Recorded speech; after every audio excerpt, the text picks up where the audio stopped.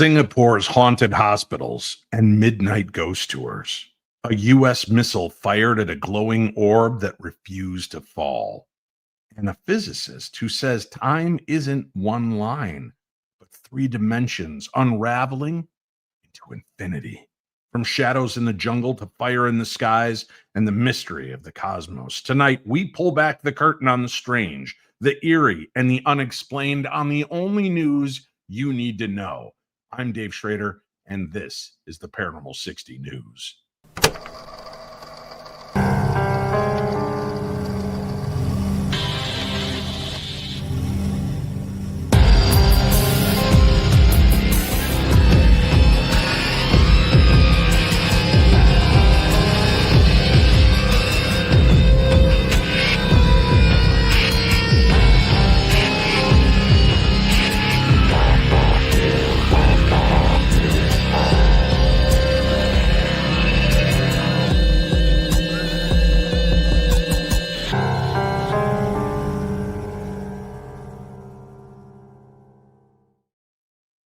Good evening and welcome to the Paranormal 60 News. I'm your host, Dave Schrader. Along with me, we have our roving reporters, Greg, the paranormal detective Lawson, and Sweet Tea.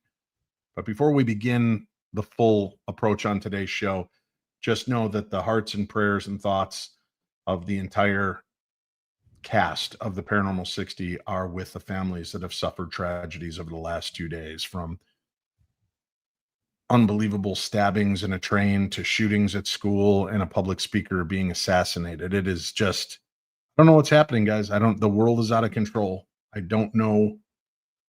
I don't want to ever give up on humanity, but I'm starting to feel like we're losing our way. We've lost our grip on sanity. Just tragic. Absolutely tragic. But we have news. We're going to try to bring you some laughs, get your mind out of those places tonight. Talk about some interesting, fun things. Speaking of interesting and fun, I don't know if you guys have heard about this, but the brand new issue of Shadow Zine is out. Issue number 8, The Warren, Minnesota UFO Incident, authored by me. That is right. If you are fascinated by UAPs and ufology, this is, in my opinion, one of the best UFO encounters in history because of the people that were there, the police that were involved, and the long-standing piece of evidence that has maintained its integrity over the last 40-some years.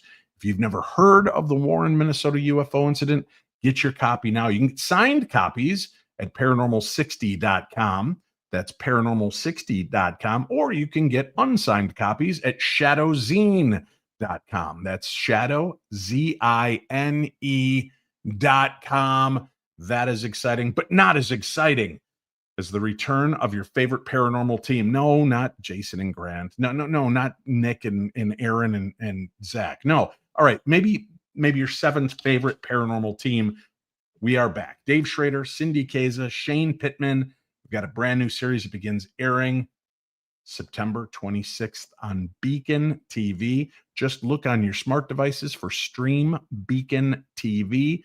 Download it, and you can watch brand new episodes every Friday night beginning September 26th all the way through Halloween. We have 6 brand new episodes, 6 brand new cases, and I hope that you guys will check it out and be a part of that. Good evening, kids. Welcome to the program, Greg. Good to see you. Can you put that dark Shadow Zine thingy up, that image up again, just for a second? This one right here? No, the Shadow Zine, sir. Oh, the Shadow Zine one. This one, yes? Look at that. Look at that. The look in Jeff's eye. If that's not true love, I don't know what is. I think we call it respect and admiration. That looks like true love. Is that what it is? That looks like for those of you desire. that are It looks listening to like, this show and not watching it, unrequited, maybe. just imagine Jeff Belanger standing behind me as I hold up my first issue of Shadow Zine with nothing but pride on his face. That's what you see. Well, I can say this, Dave, being the official judge of the covers of Shadow Zine, you have the best cover. That is a beautiful cover. Thank you. It really is. Thank you. I went shirtless for it. I thought, what the heck? I don't know how long I'm going to have this cut body. So I really wanted to take advantage of that, What is happening? Well, you cut dough too. don't know if you're aware of that. Yeah, you, It is you cut true. the cheese as well, but you know, Hey, hey, listen, this I don't feel this fits it right now, but I'm gonna play it. It's time now for Upon Further Review. So the new Conjuring movie, Last Rites, is in theaters, and this is the one that ends the movie series. I guess there's 9 movies. They're now saying that they're actually going to be turning into a Conjuring TV series. I doubt it's going to have Patrick Wilson and Vera Farmiga. Well, that was weird. I gasped for air there. Did you hear that? weird. Yeah, That I was was feeling love for strange. those people. Anyway, yeah. So the new movie, it's about the Smurl family haunting in Pittston, Pennsylvania. And I was lucky enough 14, 15 years ago to interview. That's the word I'm looking for. Words is hard. In interview, Karen Smurl, I believe the youngest daughter of the family. Those And Smurls. yeah, they very sweet, nice. I think she's being very kind. She posted that, listen, as a horror movie, it's a great horror movie. As far as her family story, it did not hit. It was not correct. But I think that could be said about each one of the Conjuring movies. You have to realize there's got to be you got that little germination, that little pod that's been seeded of a story, and then Hollywood just has to take over. They can't not tell a story the original way. And Andrea Perrin felt the same way. She felt like the Conjuring movie was a great horror movie, but that her real life experiences in the Conjuring house were much more terrifying, and that they really missed the boat on that. I would love to see them take a swing at doing a movie with all of the highlights of the creepiest elements of the actual story and give us, the viewers, a chance to decide which version we like. Now, the Smurl haunting, this is actually the second movie. The other one was made in like 1982 or 83, and it was a made-for-TV movie called The Haunting, I think. And lucky for you, my lovely darklings, you can watch it right here on the Paranormal 60 YouTube channel. Just go in and search under our stuff, and I know I've got it in there, and you'll be able to check it out and watch it. I think it was only aired once or twice on TV, but fascinating nonetheless. I'll talk to Karen and ask her which version is closer. But I would say this, as a horror movie, and this is tough. I've really enjoyed the Conjuring series. All of the movies, with the exception of the first Annabelle. I think they picked it up right with the second Annabelle movie. Things were good. To me, they felt like they lost their course. Instead of really kind of locking us in with Ed and Lorraine for their final hurrah, they lean more into her daughter Judy and her husband Tony, and I guess they weren't actually part of the original investigation, so there's a lot of hubbub about that. But you have to understand, they're trying to tell a story arc, and they're trying to make it fascinating and give you a wrap up, which I think it took place in the 70s, and they say, oh, this was Ed and Lorraine's final case, which wasn't true. Ed was doing cases up to 2001, Right. and we know that Lorraine was doing cases pretty much all the way up to her death, even though some of them were just by the phone. But she appeared on Paranormal State, and she went out on, I think, probably about 6 or 7 episodes where she went out and helped the kids from Paranormal State face dark entities and energies. So she kept it going. I don't understand that element of why tell the story and then fake the ending of how they went down, but whatever. Hollywood is Hollywood. And I wouldn't be surprised if the spin-off TV series is about Judy and Tony going forward. That's my take on it. I could be wrong. I haven't read the article yet, but that's kind of the vibe that I'm getting with what they've been doing. I would say 1 Phantom, it sucked. 5 Phantoms, it was as good as the first Conjuring, because I will say The Conjuring, the first movie, is one of my all-time favorite haunted house movies. Fantastic. They nailed it. I would say this is more like a 3. Okay. So nothing spectacular, but a fun night out, a fun date night. I took my buddy Leo and his girlfriend Nicole. We had a great time. I sat in between them and kept eating out of their popcorn and drinking their soda, which they seemed bothered by, but whatever. Weird. Yeah. But we had a good time. Speaking of conjuring, Greg, you have come out swinging with a very topical story. And thank you. When I told you I'm going to be reviewing this movie, that you went out and found this story to deliver tonight. That shows your expertise in what we do here. So thank you for that. You know, I'm always looking ahead, Dave. I'm always looking ahead. Mm-hmm. So let's I talk don't about understand Tressa's stories. Listen, you know what? It's been really rough for me the past few weeks. I've barely been able to look at the internet, so you're getting what I could find. Hey, You dismissed my time travel stories and my ancient civilization stories, but now you get what you get. So just enjoy, okay? Tressa, I'm actually very fascinated with knitting and seafood recipes. So I'm really looking forward to your stories. Greg, you get a little brown Thank right you. here, right on the tip of your nose. Just Thank get you, it off. Greg. All right, Greg. Wow.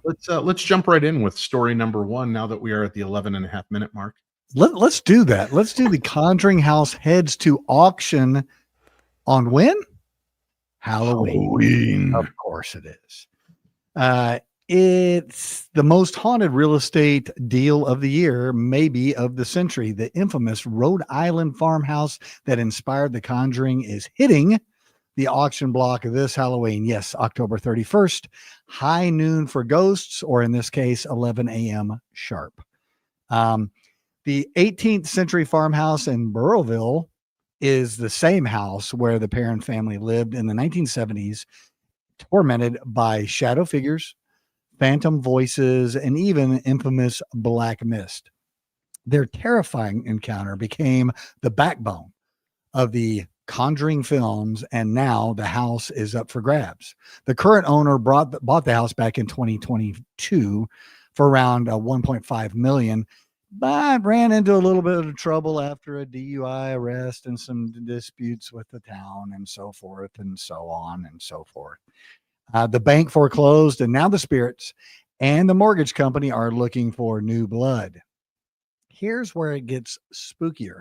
Comedian Matt Rife and YouTuber Elton Casti, I think that's how you spell his name, Casti, who already bought the Warrens' old home and museum, have their eye on this one too. Yes, the same guys who own the Annabelle doll may soon own the Conjuring House. Their plan?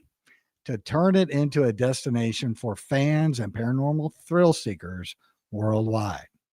So if you ever wanted to own a piece of horror history or invite a ghostly roommate, you better bring your checkbook to Burrillville this Halloween. The spirits may not care about the money, but the auctioneers do. Back to you, Dave. All right, so a lot to unpack here. So first of all, how do you guys feel? I mean, I think we've touched on it, but I just want to hit both of your thoughts on this. Matt Rife and this other fella buying up haunted, famous spots. I've got a lot of people are like, "Aren't you pissed, Dave? Aren't you bothered?" Why? Because I am a radio show host that talks about the paranormal. Am I any more qualified to own that house than Matt Rife? Because I guarantee you, if I bought the Conjuring house or Ed and Lorraine Warren's house, I would make it a destination site as well. I can't think of anybody on the planet that wouldn't. Yeah, that's the whole So point. what does it matter? To be honest with you, that guy's got such a high profile right now and is so popular that I think he's going to generate the interest and keep this thing going. And right now, while TV's kind of dodgy on what they're releasing for paranormal programming, that somebody like Matt Rife is stepping up and keeping it in the forefront, I'm all for it. I think everybody has to stop being so judgy. But with that said, let's go to the king of judges, Sweet Tea. What do you think of this? Me. Wait, what was your question? The question was, what do you think of Matt Rife? And do you have a problem with a comedian and his buddy owning? I know what she thinks of Matt Rife. And Listen, the Warrens? I'm on the record with I don't know anything about Matt Rife except he's an internet comedian, or maybe he's bigger than that. I don't know. He's huge. He's selling out major. Yeah, stadiums. I know, and I never have seen any of his act. That being said, So bitter. you do what you gotta listen. Yes. Please own the thing, make it a destination spot, keep the paranormal in the purview. Is that the right word? I don't think so. But keep Especially it going. pay-per-view. Whatever.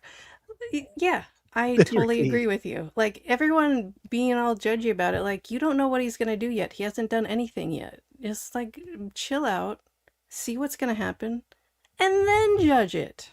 Yeah. He seems like a good guy. You know, his stand up is just crowd work. He doesn't go Oh, up I there like and that a he lot. doesn't go up there and like, I guess I'm sure he does from time to time, or maybe has before, but that's what he's known You for, is look crowd at work. you backpedaling, Lance.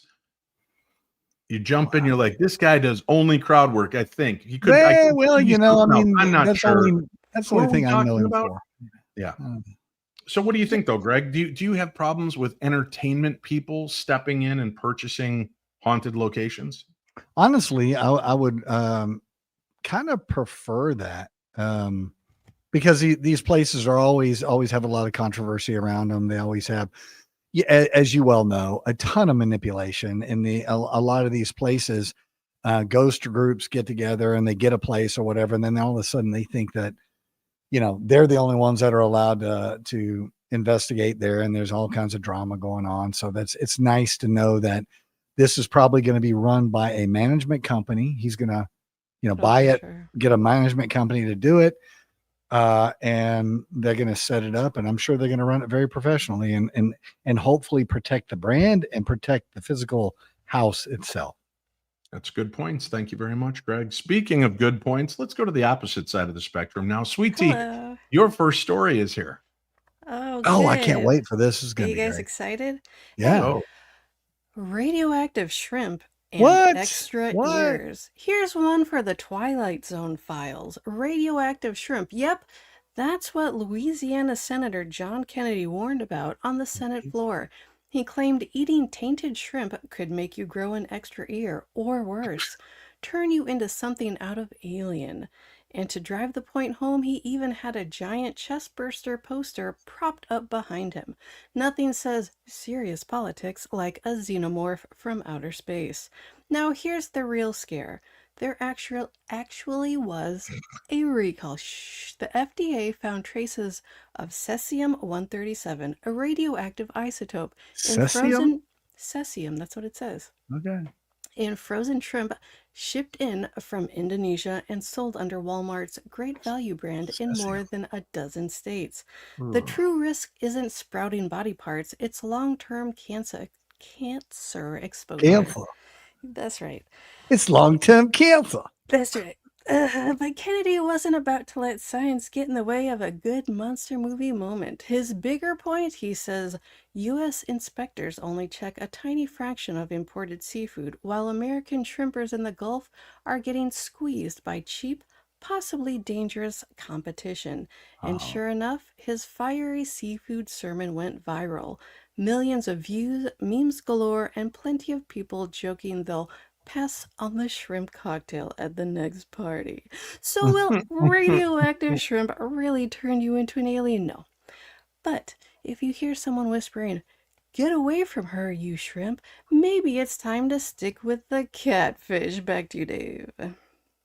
radioactive shrimp. Now, with Fukushima, pardon my French, and Thank all of the you. other things we're dumping in the ocean, is there any surprise? I can't guess that there's something left in the ocean that isn't radioactive to a degree. Yeah. Yeah. And you know what? Seafood's just gross anyway, so it's fine. Speak for yourself. I love seafood. I'm Dave Schrader, Mhm. and I stand by that Have some comment. sushi. How about some gooey duck, some sliced up, seared in butter and some garlic? Gooey duck. Gooey I duck? don't know what you're saying right now. Are you making up names now? Somebody Gooey out there that's listening, look up gooey duck.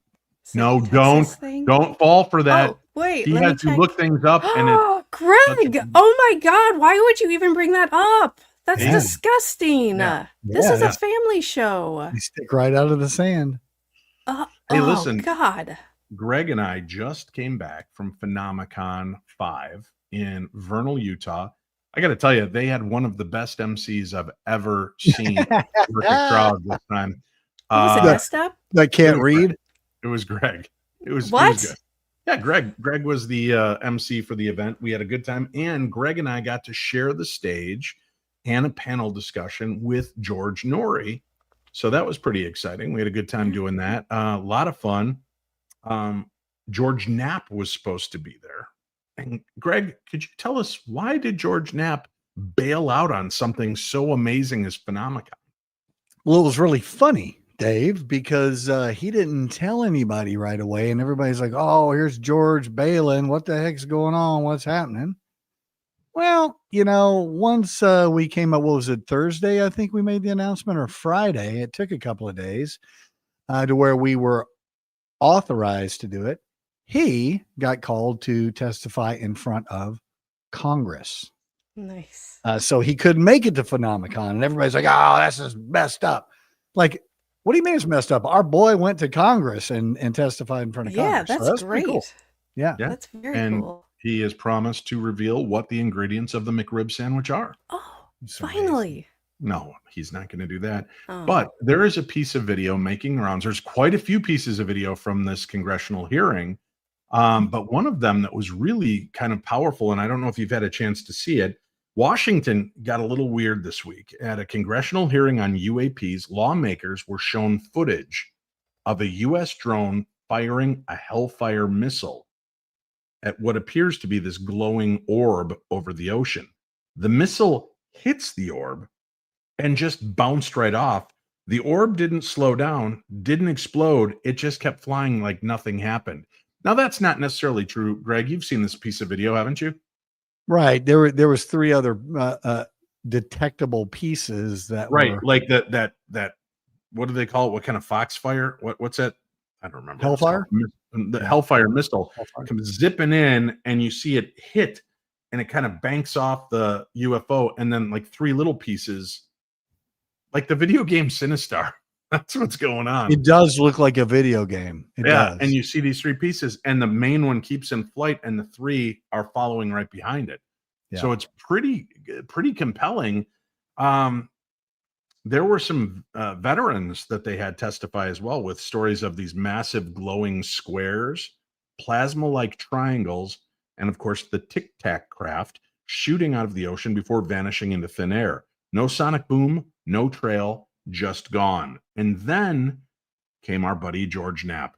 He told Congress about a Soviet base in 1982 where UFOs hovered over nuclear missiles, triggering launch codes. Officers thought World War III was about to start until the UFOs backed off and everything shut down. The hearing wasn't just for spectacle either, though. Lawmakers pushed for whistleblower protection and real transparency, saying too much UAP evidence is locked away on private servers, out of the reach of public and out of the reach of Congress. So to recap, missiles bouncing off UFOs, nukes almost launched by unknown craft, and Washington finally admitting something is up there. And they've been doing that for a while, but now they're really sinking into, we don't know what it is. We have no explanations. That's huge news, I think. Yeah, it's very exciting. Love it. Did you see the rest of the footage that they kept popping up with all the different pieces of video? There was one that looked like Dungeons and Dragons nerds must have loved it because it looked like a 10-sided die flying through the air. And I guess a pilot was filming it from his window with his phone, which we're not allowed to drive a car and use our phone, but this guy can be in a $1 billion jet fighter. It's fine. And whip He out was his phone and drunk. start. Oh, yeah. All right. At least he said allegedly, sweetie, he was drunk. I But don't they know. caught that piece of footage of this like 10-sided die UFO craft. There were all these different pieces of evidence. Greg, why, in your opinion, are minds not blowing more over this?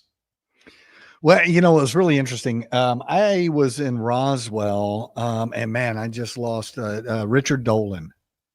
I was doing a talk in Roswell, and I don't know if you've ever met him. Yes, we've had him on the okay. show. Okay, his wife. I believe they're separated Mrs. now, Dolan? but yes, his wife did a talk in Roswell that was absolutely fascinating and spot on. She took a bunch of footage from cartoons and Saturday morning shows and like little sitcoms and stuff, anything that had to do with aliens and spaceships. And she talked about the indoctrination of children to the acceptance of extraterrestrials.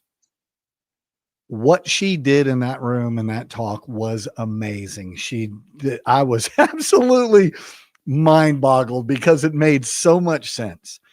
So, Dave, I believe that as much as whether it be intentionally or just out of entertainment, we have been indoctrinated to all of these different possibilities that the aliens could be.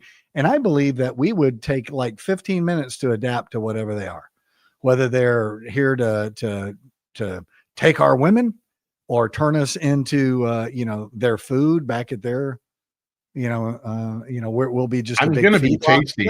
I've pretty much been self-basting in Twinkie matter and McRib meat. Oh, that sounds delicious. I'm very tender and light and flaky inside. Oh, yeah. I like it when you freeze up like that. That looks, oh, damn it. All right. But yeah, wow. I think, that's what that's what I believe. Okay.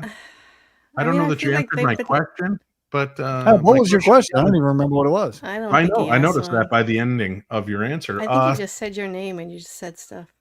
Yeah. My question is, why are more people's minds not being blown by this? I mean, I think we're ready for it. I think we're ready for it. You know what? Let me answer that because no, I'm right in the middle. No, but shut up. Listen, I think that because I didn't even know about this stuff. I'm at work all day, and then I'm doing nothing for when I'm at home. I'm like asleep or whatever. We're not surprised at that at all. I didn't even know about this, and this is my favorite thing of all time. I should have been watching the whole goddamn thing. Geez. Sorry. Listen, they're not telling anyone. And if they aren't making it like because they're afraid if they tell people, they're going to start cursing on radio. Exactly. And they don't want that. And also it's fine. Shush. But if they were to talk about it more, then more people would know about it, and then maybe more people would be freaking out about it, and maybe we would care more. I don't think anybody cares that much. I think I would. Yeah. Look at Dave's all frozen up. Look at him. He's beautiful. He's so cute. Look. I don't know what his deal is, but he loves freezing up. Yes. So T, I most everybody that I work with, most everybody I know, they absolutely be like, okay, the aliens are here. What do you want to do? Right. When you have the Pope saying, well, just because I believe in God doesn't mean that there's not other stuff out there. Right. That's not exclusive to go, okay, well, I'm just religious and there's no aliens. It's like, well, why is that the rule? It doesn't say anywhere that way. So that's what I'm saying, Dave. That's what I'm saying. All right, let's take it. We've got more stories to share right here on the Paranormal 60 News. How are you, Darklings? This is Mark Lanou, innovator, musician, world traveler, and no stranger to the paranormal. Come take a journey with me through this place we call life by picking up my new book, Reality Was Once the Tapestry of the Dreamer. It is available at Barnes & Noble online and will soon be available through other vendors. Get your copy by following the link in this ad or by visiting my official website at markallenlanou.com. All right, we are back, and it seems the more we get closer to telling the truth, the more the government keeps trying to shut down my computer and internet systems. Paranoid? Maybe. Or accurate. Yeah. Greg, you've got another story for us. This one, I mean, it's no nuclear shrimp, but boy, is this a story. Wow. It's not a nuclear shrimp, but it is a mysterious. You wait till my next story, okay? It's going to blow you guys away. Hang on. I do want to make a quick mention. She did tell us about radioactive shrimp. She is one of the hosts of Monsters Lounge. So there is kind of that. And this weekend, you can meet two of the members of Monsters Lounge at Great Lakes Paracon in Glenbeulah, Wisconsin. That's right. It will be Jenny Monroe and a sock puppet. No, I'll be there also. Oh, you're coming too? Okay, well, I guess there'll be 3 people there. But nonetheless, I'll be on hand. We also have Adam Berry from Kindred Spirits. We have John Tenney and Chad Lindbergh from Ghost Chasers that are going to be there. Chad Lindbergh has been in many different movies, including the Fast and the Furious franchise as well. And we've got, I'm trying to think, Diet Renee is going to be there now on Friday doing gallery readings and personal readings. And Aaron Sagers and a few other great speakers. So if you haven't got tickets and you have nothing to do this weekend, come on out to Glen Beulah, Wisconsin. You can get more information and tickets at darknessevents.com.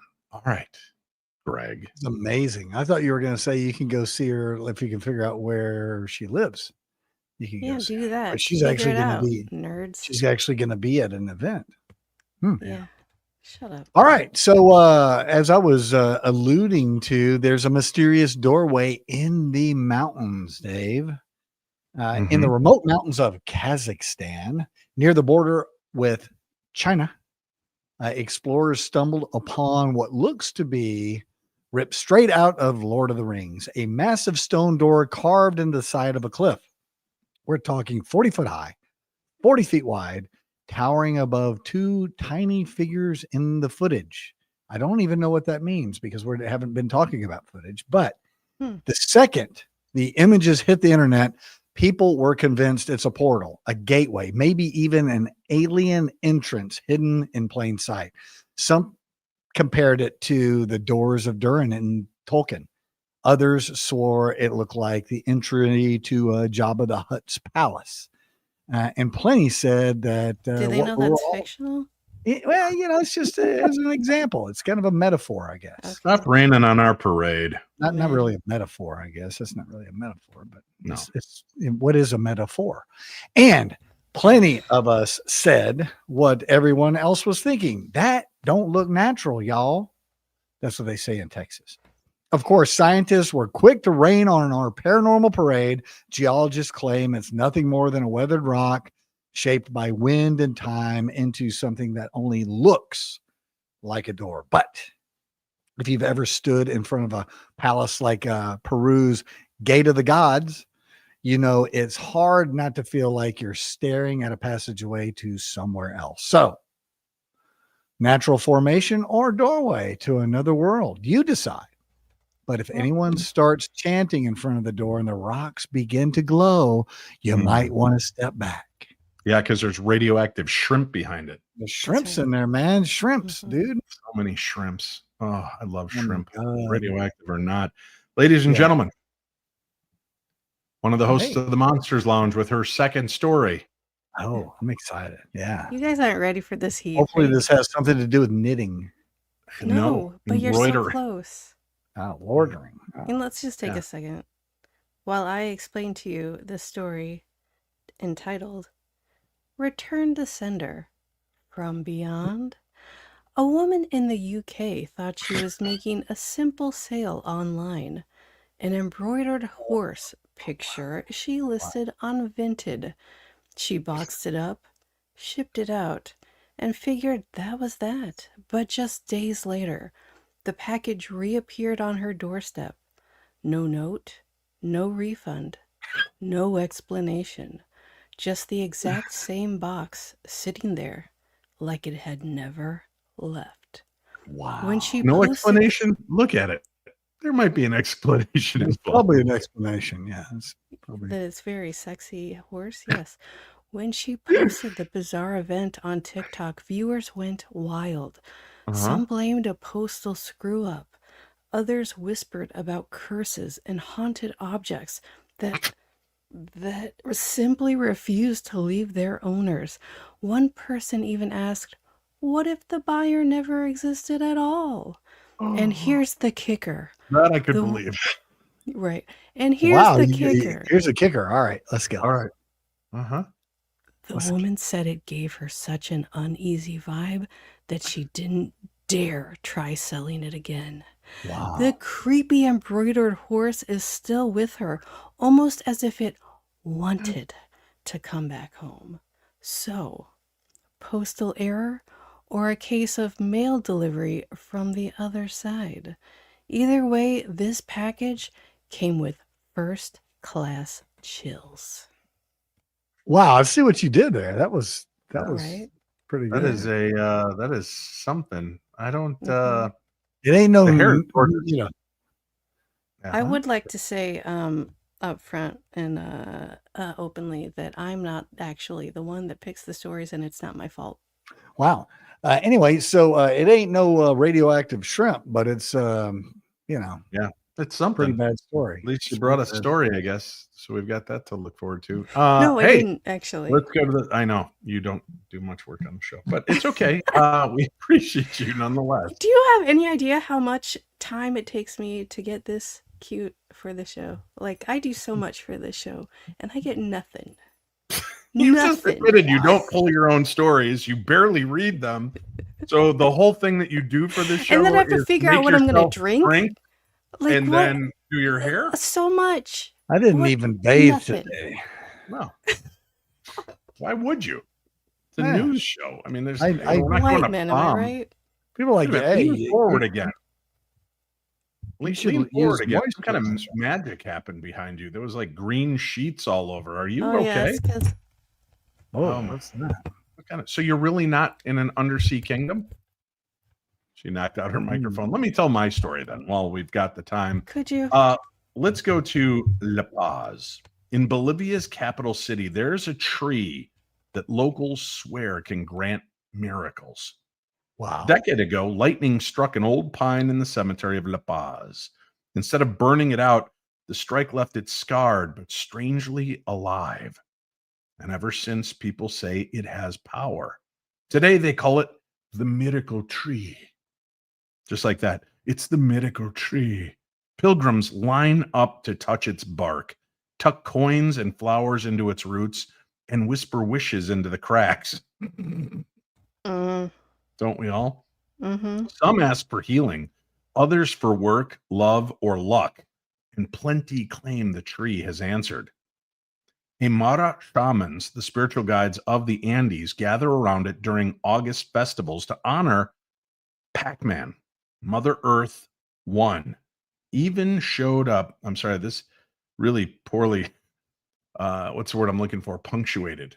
Punctuation helps. If you guys don't know that, it's important because I don't know if what I that read it, is. let me insert some punctuation in that last sentence. Let me try to read it again. Let's see if we can do this. The Amara shamans, the spiritual guides of the Andes, comma, gather around it during August festivals to honor Pachamama, comma, Mother Earth. Period. See?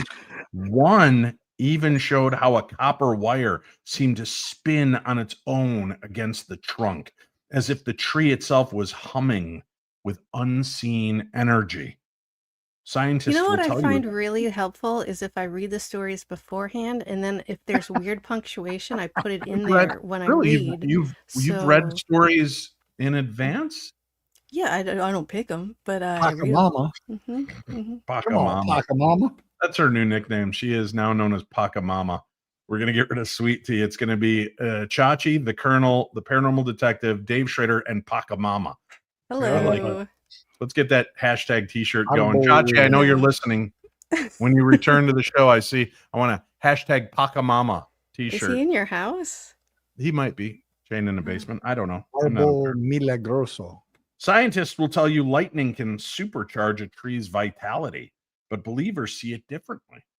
A bolt from the sky turned an ordinary pine into a sacred channel between this world and the next.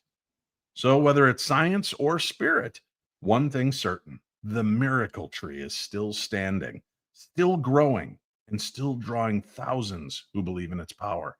So there are all of these remarkable pilgrims that make their way there. They bless the tree, they kiss the tree, they stick coins into the bark of the tree. Then somebody else who needs money shows up and it's like the tree is spitting money at them. And they're like, this tree's a miracle. Oh, like Do you see the pennies? flaw? I think there might be a flaw. I mean, And I don't want to be skeptical. right, but if you need money and Mhm. the tree is spitting coins at you, you Right. still need money. You feel like Do you? What if they're Yeah. all gold coins? See, you don't know I junk. don't about think that they're nothing. gold coins. It's a miracle. It's milagroso. Eh? Yeah, what he Arbo milagroso. It's a I didn't tree even know miracle. you could speak Italian. That's pretty amazing. You know, I do some things. I don't do things well, but That is true. And we're here to attest to it. Hey, November 8th, 2025 is the Up North Paracon. That's right. Your chance to see Shane Pittman in the cold.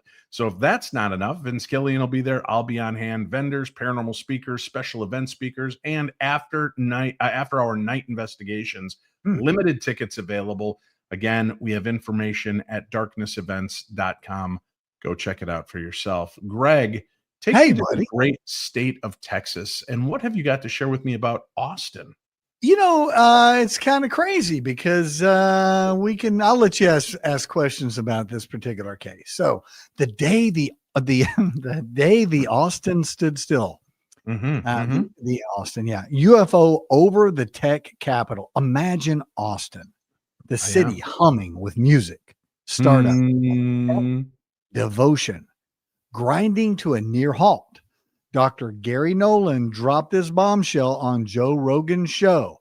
A massive UFO sighting over the city, so bizarre, it felt like the whole place just stopped. Yep. He described it like a real life the whole version. place being Joe Rogan's podcast studio? Is Yeah, that what- I think he was referring to the city. Oh, okay, go ahead. Yeah, I think so. So he described it like a real version of the day the earth stood still. People across the skyline snapped to attention, cars stalled in mid-drive, and eyes turned skyward. A glowing, silent craft hovered above.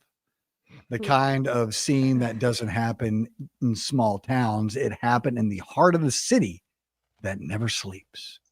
No video has resurfaced yet, but Nolan says this footage, or at least sufficient physical trace, probably exists in government archives. That's why he founded the Soul Foundation, to pry physical evidence, fragments, radar data, and debris from case files like this and bring them to the proper labs for atomic level analysis. Not speculation, not dramatics, real science on material samples from real sightings in real places. Now, Rogan pressed him. What if the proof doesn't come from Congress or leaks, but from unidentifiable events, like the day when Austin stopped? Nolan nodded. If there's a sudden pause in movement, cars, people, and electric hums go silent, it's because it's impossible to ignore. I have no idea what that means, but he's betting there's a trail to follow if you know where to look. It makes sense to me. Back to you, Dave. All right. Interesting stuff. Now, do you remember that story, Greg? No. Aren't you somewhere in the state of Texas that would know? Yeah. I'm in Austin. Never heard of that one. Heard a lot of them. Yeah, that one was like. You don't remember standing still for a minute? You know, well, the thing about that is that happened to me when I was on Nimitz, because a UFO came and landed on Nimitz. Bill Clinton came out and they had a meeting with the aliens when I was on Nimitz, but they did something to us, and there's over 6,000 people on that crew. Not a single person remembered that. So the aliens did something to us to make us. Do you remember it? Apparently you remember it. You just talked about it. No, I read it out of the Weekly World News. It's the only newspaper that's not controlled by the CIA. Yeah. It's a good one. Interesting. Okay, listen, Monster Lounge Girl apparently has found her niche, and she's about to read to us a story that she also did not pick, but I gave to her because I thought, well, she's the Monster Lounge Girl. Sweet Tea. Oh, me. Okay. Yeah. Listen. This is a story about a sweet young boy that we love on Monsters Lounge. Teen cryptozoologist Bigfoot hunt hits the big screen.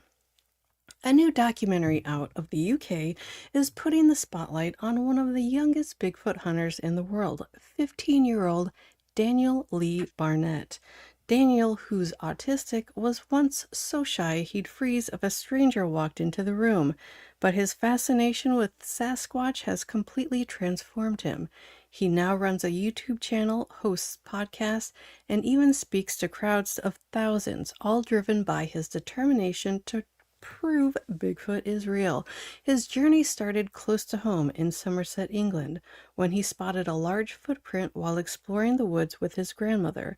That discovery sent him deeper into the world of cryptozoology. He's even collected samples for environmental DNA testing, which mostly show local wildlife, but one test revealed traces of what looked like ancient ape DNA. The film follows Daniel and his family as they take his search across the Atlantic to the Pacific Northwest, the heart of Bigfoot country. For Daniel, even getting on a plane was a huge challenge, but with support from his mom, his nan, and his granddad, he faced those fears head on. My Attaboy. Bigfoot life doesn't just show a teenager searching for a legendary creature, it documents how that search helped him find his own confidence, turning a quiet, hesitant kid into a young man leading his own quest. For believers, skeptics, and everyone in between, it's a reminder that the hunt for Bigfoot isn't just about what's in the woods, it's about the people brave enough to look back to Dave. It's time now for Upon Further Review. Since we're coming in hot off a Bigfoot story, I thought we'd revisit a review I did a number of years ago. This might even be close to like 16 years ago. Oh yeah, I remember that one. Yeah, and I'm gonna play that review for you, and then we're gonna look at a new item that's just been released by the same company to see if they have gotten any closer or any better at what they're doing. So let me see if I can make this happen. This is so out of my pay grade. Let's see. Okay. All right. Hang on. Here we go. This is it. Hey everybody, it's Dave and Tim from Darkness Radio. Listen, we've got a lot of great listeners out there, and you guys are always sending in cool little gifts. So we thought we were going to do a review on a brand new product. I mean, this is a pretty cool and exciting product because you know us. We love the paranormal, and we have heard every version of the Bigfoot call from how many guests over the years, you think? Oh, tens, dozens. Dozens of different versions of the call. And right now, for those of you Bigfooters out there that would like to do it, but you're a little intimidated to let go with the whoops of your very own, they've created this, the Bigfoot call. How do you like that, Tim? Right there. Can you see it? No. The Bigfoot call. Oh, the Bigfoot call. Created by Alley Oop. So should we give this a shot? Yeah, here, All right. I'll hold this. And you, All right, let's so we're gonna take off the bubble wrap. There you go. Let's I want to make sure we follow. Ooh, look, it's got a Look at nice that. necklace. So I can wear it around my neck, Tim. This is gonna be helpful for all the times that I go outside and hunt for Bigfoot. Well, I don't think you ever go outside. Let me just put this on because I want to make sure I get the full effect Do it from your of the, window. because according to the front, that's how the kid's got it. He's got it right up. Let me see if we can do this. If we got it right there, see how he's got it to his face? That's how the important thing. Where are Tim? Where are you? Oh, there right you are. here. Okay, now it says there's two things that we can do on here, Tim. Okay. We can growl, Ooh. which is Ooh. gently blowing into the mouthpiece to create a low-pitched Bigfoot growling sound. Because that'd be intimidating. I might Would even be. use this Yeah. maybe in the neighborhood when like a rogue dog comes approaching me, looking like he wants to eat me. Right. Maybe I should Right. give him a low Bigfoot growl. I think. And then we offer the shriek. Ooh. The shriek, forcibly blowing into the mouthpiece to create a shrieking Bigfoot yell that's sure to wake up any Bigfoot from his slumber. So in case I'm in the mood for a little love, we can mate and shriek with that. So okay, first of all, imagine if you dog rapidly approaching me, Tim. Right. Ooh, Yeah, it's a yeah, mean little yeah. Chihuahua It dog. really is, yeah. All right, so I'm going to give him a low-pitched Bigfoot growling sound. Okay. Are you ready? I'm ready. Tell me if this would terrify you if you were a dog. Okay. Be careful, kids. Ready? Excuse me. Let me try what this. was that? Okay. Ready? Okay, here comes the low, menacing growl All right, of a go ahead. Bigfoot. Go ahead. What? I don't know that that's really the menacing sound, but maybe the shriek is more impressive Probably. Okay. because when you're trying to get from one end of the forest to the other, Right. you want to let go with it. You want to screech. You want to scream. Okay. So I'm going to blow Bigfoot now and try. What? You're gonna I'm what? going to blow into my Bigfoot Okay. and try to get my lady love Bigfoot from across the field. Okay. All right. Let me So brace hear me. myself. I'm gonna So brace she can, myself. you can imagine our long flowing hair as we run in slow motion to one another after I blow Bigfoot's, what do you call it? The Bigfoot call. I can't run anywhere after I blow something like that. Yeah. All right. So here we Okay, go. okay. This is for my lady love Bigfoot. All right. Yeah, girl, this call goes out to you.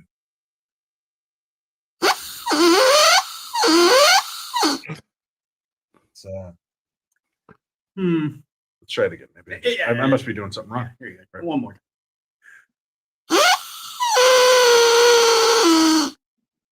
All right, that's the shriek. Let's hear the low growl. Okay. Great. The shriek? The low growl.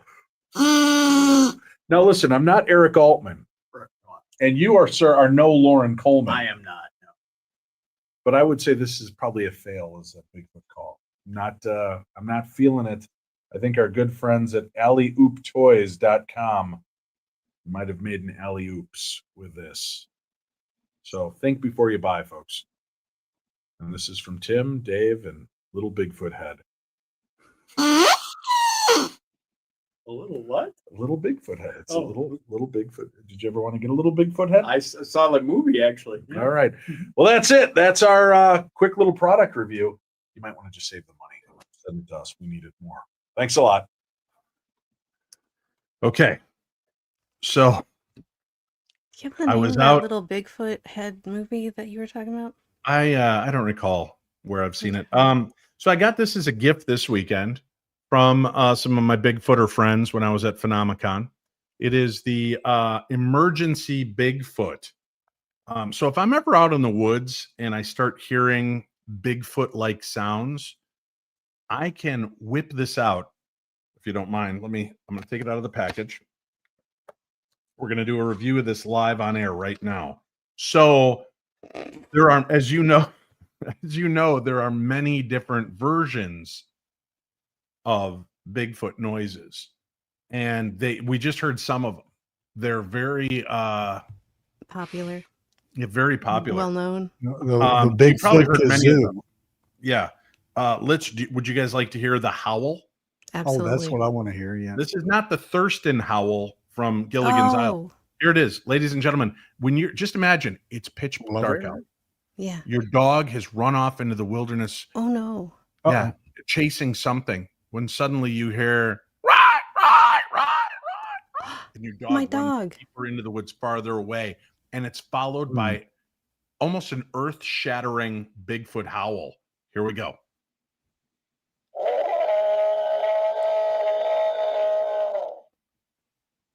All right, that's a I'm step into up. it. I'd turn the lights on. I'd turn the lights on. Here's the howl again, folks. So if you're ever in the woods and you hear that, you say, "Excuse me," while I whip this out, and pull it out of your pocket. This is your emergency Bigfoot call, and then you just howl right back at him.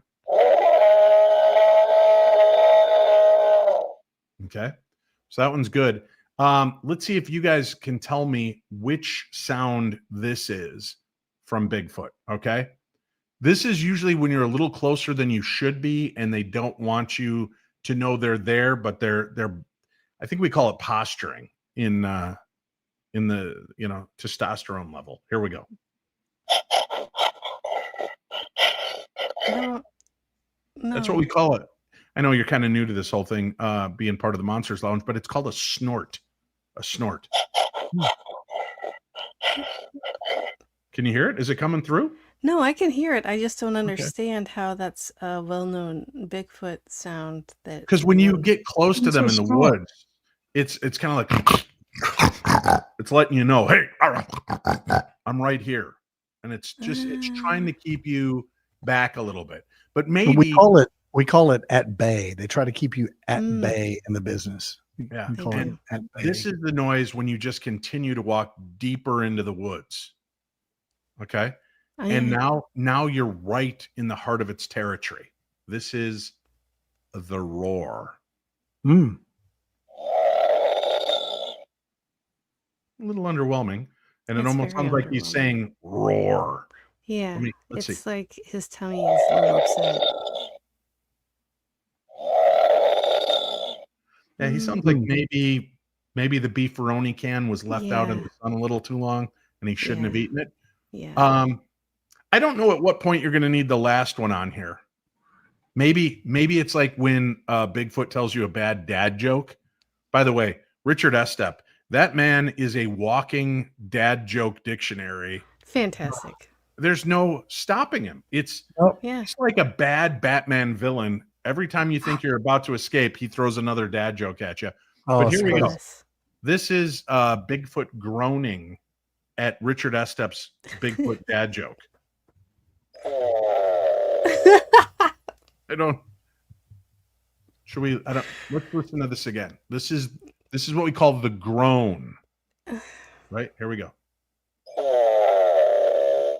That sounds like me when I'm leaving Golden Corral. Yeah. It really does. Which has been out of business for a decade. It's really weird.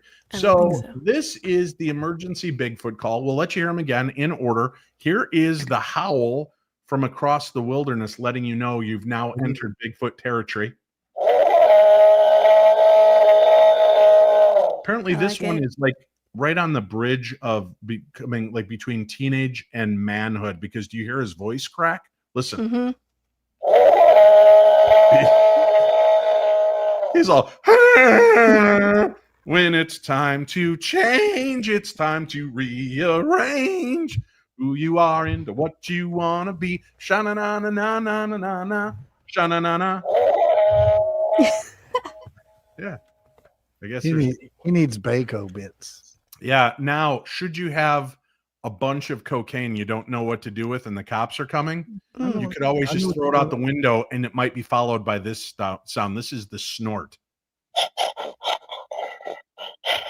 Okay. I mean, and he's really huffing it. Yep. He's having that's a good one. time. Here is the mighty roar.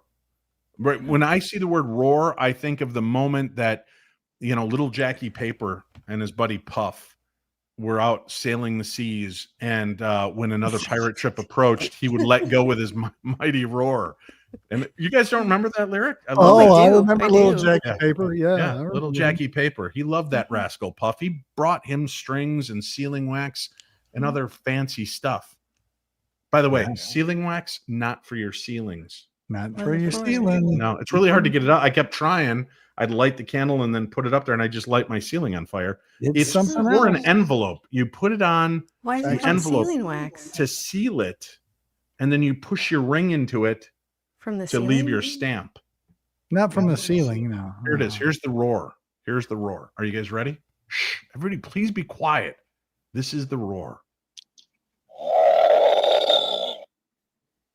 That was It's kind of a underwhelming. growl. I feel like he chugged a Dr. Pepper just a little too quick, right? Like he's just enjoying a Dr. Pepper and he hears humanity coming, so he chugs it real quick, and then it's a quick. Yeah. Yeah. Go ahead. What do you think, Mr. Bigfoot? Can we quote you? How did you enjoy the radioactive shrimp? Oh, that's sad. Mm, I'm going to go out on a limb and say this probably not going to save your life should you run into a Bigfoot. it's handy to have, though. Was I mean, that the you know, goal? To save your life? So Or if to find you're one? if you get kidnapped or get caught in a cave or something like that, you can take that thing apart and probably get yourself out of there. You see, it's Bigfoot calls when you need them. So when else would you need them than when you're in trouble and there's another Bigfoot in the area?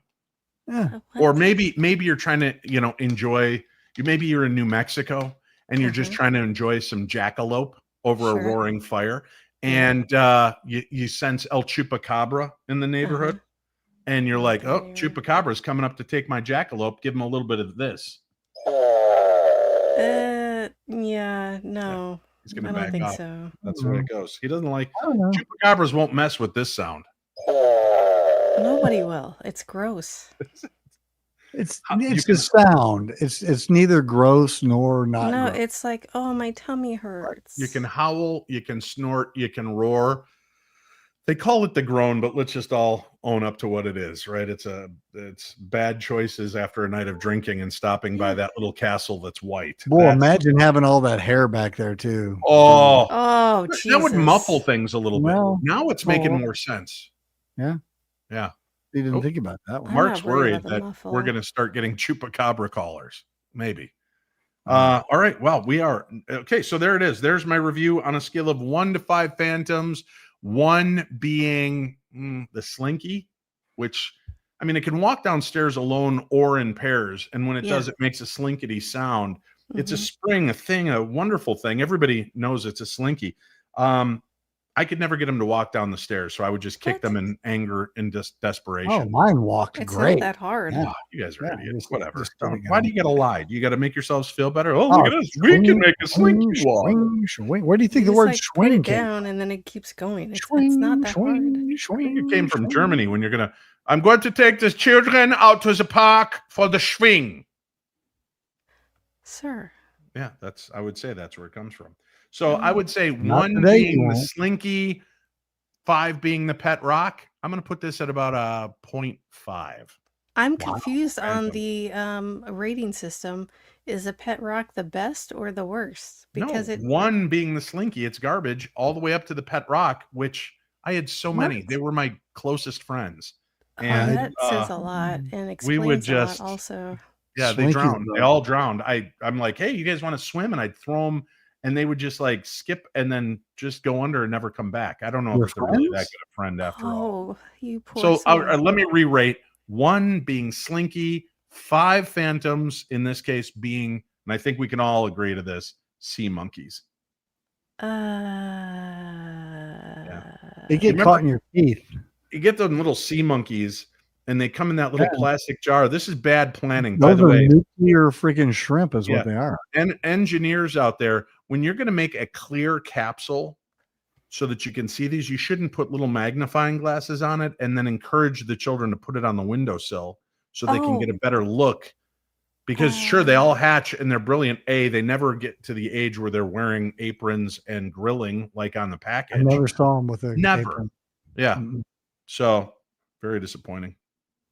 I could I never would say, afford those. I would still say Mm. this behind the slinky. I take it back. No, you're right. You're right. Top of the apex chart has got to be Play-Doh because you don't even have to play with it. You What? just Silly pop the putty. lids and then Mm-mm. you know what you Silly do? Putty. No, Play-Doh. You know why? Silly Because of the putty. smell. This is what it sounds like Yeah. when I pop open a Play-Doh. Yep. I just snort away. I could live on Play-Doh scent alone. Really? That's And they say weird. man cannot live by Play-Doh scent alone. Let me tell Hey, you, this one can. Bonsai Warrior is a little bit a little sad now. I saw him this weekend. He was out at Phenomicon. Oh, What you Bonsai- didn't? Yeah. Bonsai, is this one of the gifts you dropped off? I'm sorry, I'm so horrible. There were so many people lavishing me with Wow, love and yeah. gifts that I forgot 4 who they all were. 4 people. Yeah.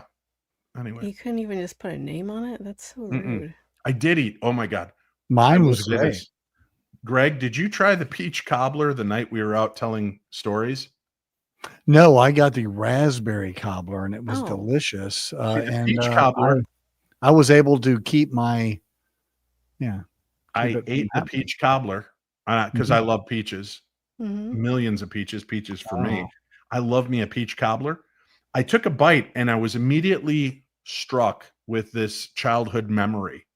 And the peach cobbler tastes like Play-Doh smells, which isn't a good That thing. doesn't sound good though. It isn't. And then the best part about it was, I'm at the table, I start handing it to other people. And I'm like, does this taste like Play-Doh? And everybody tried it. And everybody stopped with a mouthful of it saying, oh my God, it's Play-Doh. Maybe it was just Play-Doh. No, I had the raspberry cobbler, and it was absolutely delicious because I can get peach cobbler in Texas. You can't get raspberry cobbler Why? unless you ship it. You know in. what? I didn't actually want to know. I just felt like I should ask. So I figured so. Wow. Tastes like sea monkeys Okay. is what it Sorry. does. It does. Good grief. Did we ever do a second commercial break? I can't remember if we did or not. No, Who no. Did we? No, talked. I think we already told We all did, our stories and everything. Yeah, maybe we don't need to do a second commercial break. I thought we were going to do upon. No, we further have one review. more story to tell. Oh, let's do a commercial break and then that. We just did. You're welcome. I reviewed it already. What part of it do you guys not understand? You said add and I story. already I said reviewed. do that. We did the little Bigfoot head. Hmm. You guys, that's it. Okay. Okay. How about this? Let me take my final Your final show. break. Do whatever you want to. Yeah, that's This what I is said. it. I swear to God, this is the last one. This is the last one, and then we're done. You're I won't make you welcome. listen to another break. There's no reason to get upset. You're Golly, welcome. wait. Now, during the Halloween season, the veil between the worlds gets thinner and the chills get real. Oh, so very real. Something is waiting in the dark, and it's calling your name. So answer the call this Halloween season for the Paranormal 60 presents Halloween Haunts and Hijinks, October 9th through the 12th, for a supernatural weekend you'll never forget. It's being held at the historic haunted Palmer House Hotel in Sauk Center, Minnesota. Join Dave Schrader from the Holzer Files, Ghosts of Devil's Perch, and the host of the Paranormal 60 podcast. He's teaming up with Dalen Spratt from Ghost Brothers and Phantom Forensics. And we have heart-centered, intuitive Diet Renee for a weekend packed with spine-tingling experiences. You'll have 2 nights of live investigations and paranormal experiments, interactive workshops, gallery readings, and meet and greets, live presentations with experts themselves. This isn't just an event, it's a doorway to the unknown. So you have to ask yourself, do you dare cross it? Now, tickets are limited, so please book your Halloween Haunts and Hijinks adventure now at darknessevents.com. Again, that is darknessevents.com.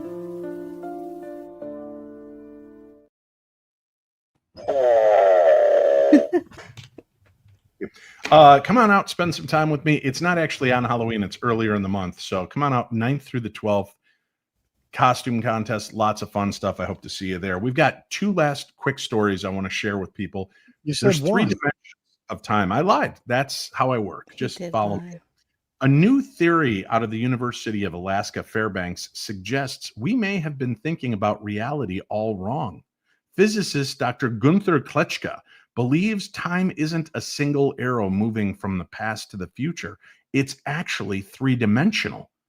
And in his model, space isn't fundamental at all. It's just something that emerges from the way that time flows. So picture it like this. One axis runs forward and back, the way we normally experience time. Another runs sideways, branching into an alternate version of events, and a third dimension that could allow you to jump between those timelines, slipping from one version of reality into another. What makes this more than just late night philosophy is that Kolechka says the math works and the theory is testable. It doesn't undo cause and effect. It just reframes it. If he's right, phenomena like gravity, quantum particles, and even deja vu could all be byproducts of a much bigger temporal structure that we've barely glimpsed. So the question isn't just, where are we in time anymore? It might be, which direction in time are we actually traveling? Huh? A lot of heady thoughts to just chew on as the night comes to almost an end. We have one last story, and this is about dark tourism. Oh, Let us go all the way to Singapore for let's our do final that. story. I've been there. I've been there several times, Dave. Okay. Singapore isn't just about skyscrapers and Greg Lawson or shopping malls, spotless streets. Beneath that gleaming surface, there's a darker current that locals whisper about. And now tourists are paying to experience it. Imagine walking through the humid night air in Chachi, where an abandoned hospital Where? sits like, oh, Changi. I'm sorry, Changi. You can understand my confusion. Yeah. You're walking through the humid night air in Changi, where an abandoned hospital sits like a rotting tooth at the edge of the jungle.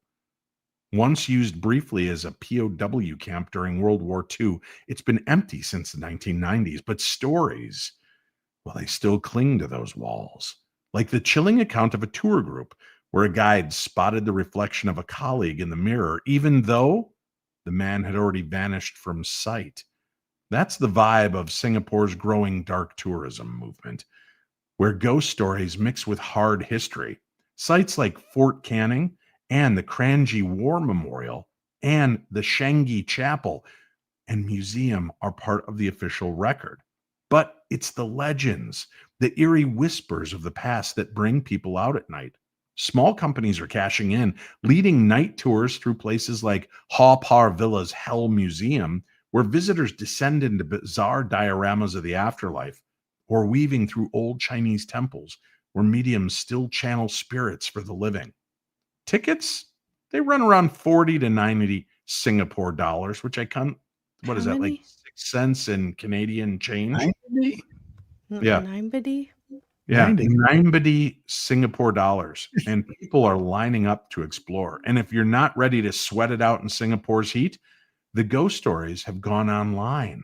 Local YouTubers and TikTokers, or Xers, no, they are TikTokers, that's the name of it, are taking viewers on digital hauntings, like Sneaky Sushi's viral deep dive into the 1981 Adrian Lim murders, or Hellbank Asia's EMF-toting explorations of haunted train tracks, chalets, and reservoirs.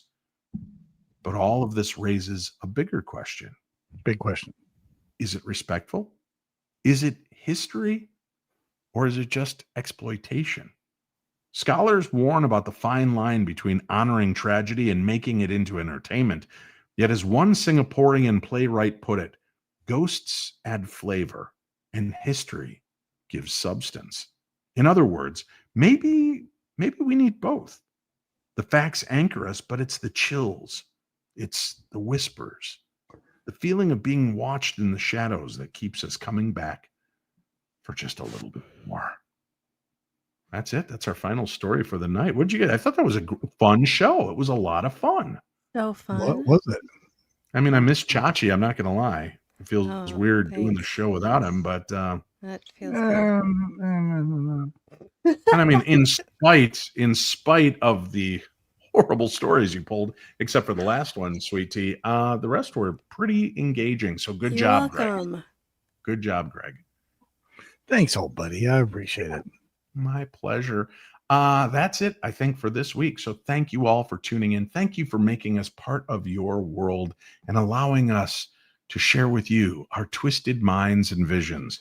And before you go to bed tonight, as you take that last deep breath to explore the cosmos in your astral form, take that deep breath in and then slowly let it out.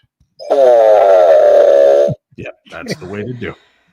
That's the way. Dark tourism walks us through the echoes of history. UFOs, well, they remind us the skies aren't ours alone. And science itself hints that time may be far stranger than we've ever dared to imagine. These stories, they aren't just the headlines. Some are warnings, some invitations, and maybe even glimpses into what waits beyond the edge of understanding. And that's why we're here, to explore it, to question it, and to share it with you, because in the end, the world is a far weirder place than we think, and the shadows are always closer than we know.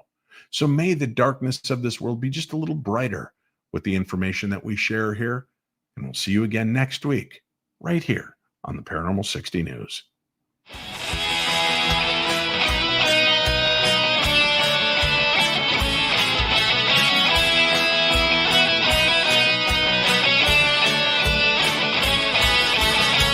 Wednesday night and I'm alone. The Paranormal 60's on. It's just for paranormal freaks like me, with poltergeists and ghosts and blues and UAPs. You miss a word, you do a shot. It starts a snowball and we laugh a lot. It's just like drinking with your TV friends. I'll be passed out before tonight's show ends, dreaming the aliens are taking me away.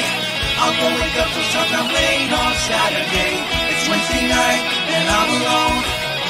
The Paranormal 60's on. Schrader's on. Schrader's on. Schrader's on. Sweet Tea, Hachi and the Colonel and the Paranormal Detective, all these traders copy and they all will be corrected. He's got protected bracelets and some crazy magic tricks. Even Scott all he cannot save him from the voice of Stevie Nicks. Schrader's on, Schrader's on.